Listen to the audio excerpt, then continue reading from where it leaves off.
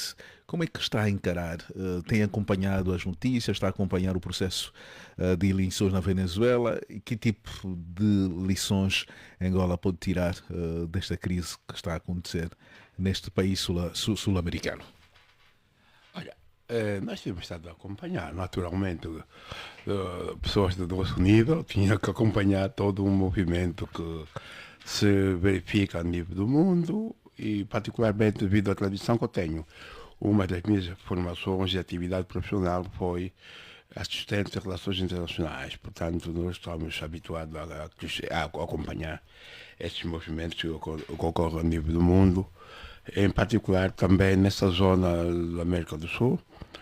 E, consequentemente, a Venezuela é um país que, num passado recente, continua a ser, mas num passado recente tinha uma importância capital, porque aparecia como um dos primeiros países que tinha uma reserva de petróleo, para não dizer o maior, um dos maiores países, sim, que tinha a maior reserva de petróleo e, consequentemente, petróleo até então seria ou era fonte de riqueza, referência de riqueza e, consequentemente, tinha uma importância no cenário internacional muito grande. Naturalmente que, pronto, sabe como é que é isso, essas situações que ocorrem atualmente na Venezuela, isso é produto da Guerra Fria, né? Nós sabemos tudo que aconteceu no passado, vamos lá...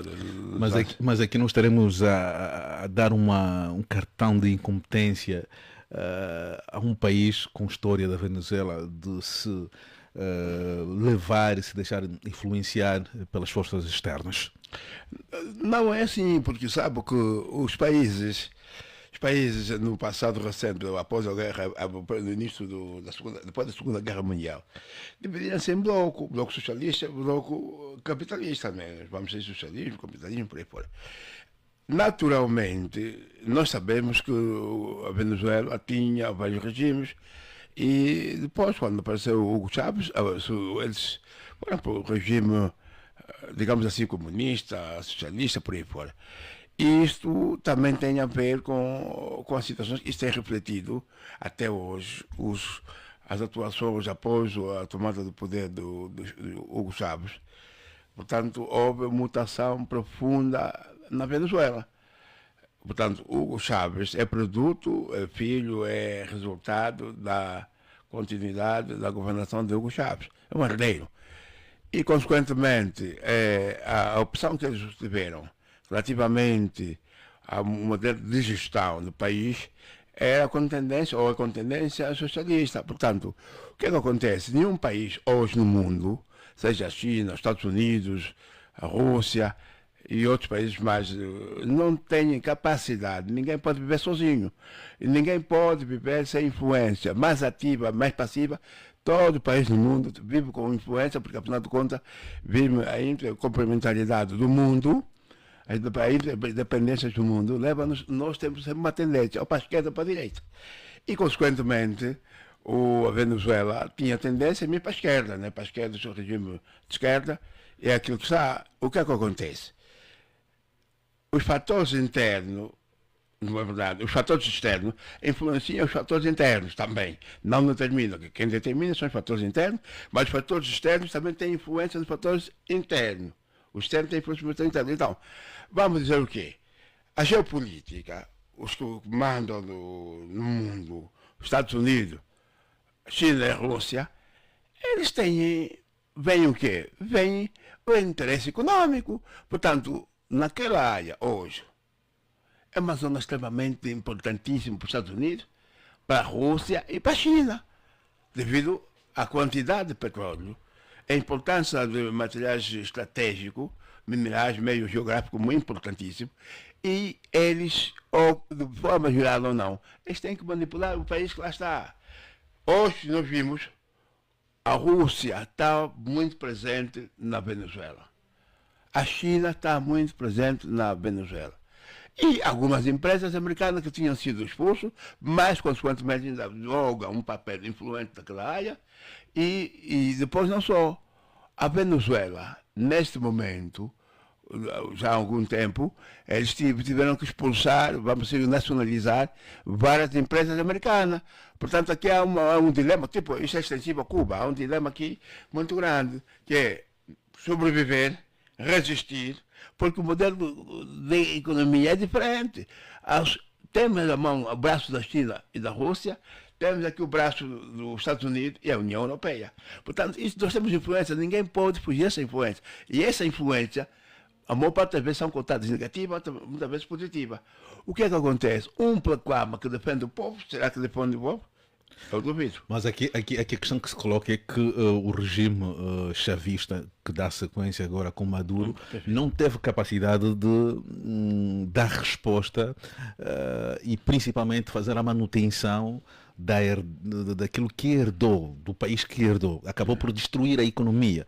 Será que foram só as sanções que foram um fator impeditivo para que a Venezuela pudesse dar principalmente a manutenção da realidade econômica daquele país sul-americano? Não são só as sanções, nós sabemos que as sanções vieram depois. Também temos aqui a corrupção, que é um dado adquirido. Os países que muitas das vezes são comunistas, dizem que são comunistas, mas têm uma potência muito grande de enriquecimento sem justa causa. A maior parte deles são riquíssimos, que acontece em muitos países, também africanos, países mesmo no lado da área da América Latina. Não estamos a dizer simplesmente que são as sanções, que não sei o quê. Não. Há má gestão, há nepotismo. Quando também num país não tem democracia da forma como se esperava, pelo menos a liberdade de imprensa de uma forma aberta, os meios de produção, a maior parte dizem que é do Estado, mas afinal de contas tem má gestão, essa má gestão cria sempre o colapso na economia, mais resultados. Nós sabemos que é um conjunto de coisas que não devia ser assim. Eu acho que esses países, como por exemplo a Venezuela, que diz que é socialista, devia em parte, se eles quisessem de verdade, imitar o modelo chinês.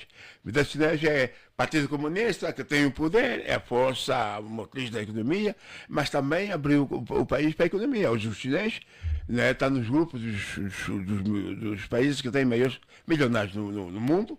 Na verdade, tem uma gestão eficaz que resolveu problemas do país. Está a viver a Venezuela? Olha, bom, Angola não deixa de ser também um país que faz parte da comunidade internacional. Portanto, Angola, como país independente, também tem muitas similitudes com a Venezuela, devido à nossa opção também, do princípio que era a capitalista, a comunista, etc, etc. E tem muitas similitudes, tem coisas muito parecidas também. De gestão, roubo, nepotismo, corrupção, enriquecimento sem justa causa, é um conjunto de coisas. O que é que devemos pensar e vemos aqui? O exemplo, porque tudo tem um princípio, tem fim.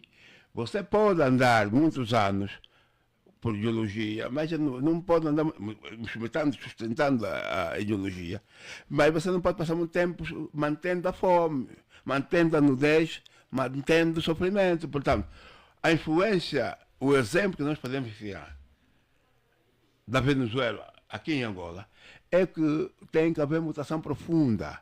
Que tipo de mutação? Estamos a falar, que é um conjunto de coisas que nós podemos elencar aqui. Por exemplo, nós estamos a precisar aqui de mutações no modelo da governação.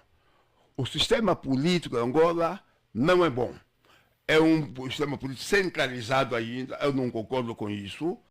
Mas quem governa tem a noção disso? Devia ter, se não tem, é porque é insensível. É um homem que trabalha com diabo, com Satanás, um homem que não trabalha com sensibilidade humana. Nós temos que trabalhar, porque um político tem que medir a pulsação profunda das populações, tem que medir quais são os efeitos.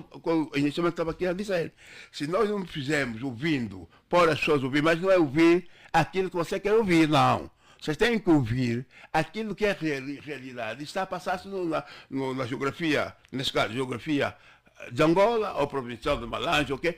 Tens que ouvir as populações e com elas então buscando soluções. Se você é político, não quer perceber, está a pensar que o problema também cega, né?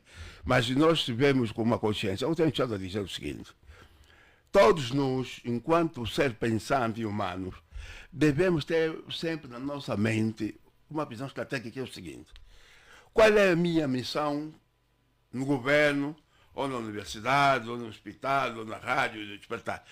Quando nós somos dirigentes e somos funcionários, nós temos uma missão principal que é tão simples como água. E se cada homem, cada pessoa tivesse isso na mente, se calhar não teríamos muitos problemas que estão aqui. Qual é essa tarefa principal que nós temos no mundo, que nós já encontramos, Jesus Cristo nos fez recordar. O ser humano nasceu para servir. Se nós pensarmos, eu sou ministro para servir, eu sou diretor para servir, eu sou advogado para servir, eu sou juiz para servir, vamos perceber que não vamos cometer muitos erros, porque cada pessoa nasceu para servir a comunidade, as pessoas estão ao seu redor. Se nós tivéssemos essa mente, esse pensamento, essa visão estratégica humana, íamos ver que nós, aqui o país, mesmo o país africano, pensam que não é pôr todos os carros na mão dele, todos os carros, dinheiro na conta dele, e ainda vão servir na Europa, põem lá os milhões de euros, porque ele não tinha noção que a função dele é servir. Portanto, nós temos que parar de dizer, pô, meus senhores, vossa missão é servir, não é servir a sua família. A vossa missão é servir, está no hospital, serve a comunidade. Você é ministro da saúde, você fica contente por você servir a comunidade. Você fica contente por você coordenar, por exemplo, um ensino superior. Não é fazer política anti-angolano, política anti-empresário, para criar dificuldades artificiais, usando a palavra que está a melhorar o Estado, afinal não está a prejudicar o nome do Estado, está a prejudicar o próprio Estado, e está a prejudicar o governo, está a prejudicar as populações. Portanto, há senhores que são governantes, usam o nome do povo, mas não servem ao povo. Muito obrigado.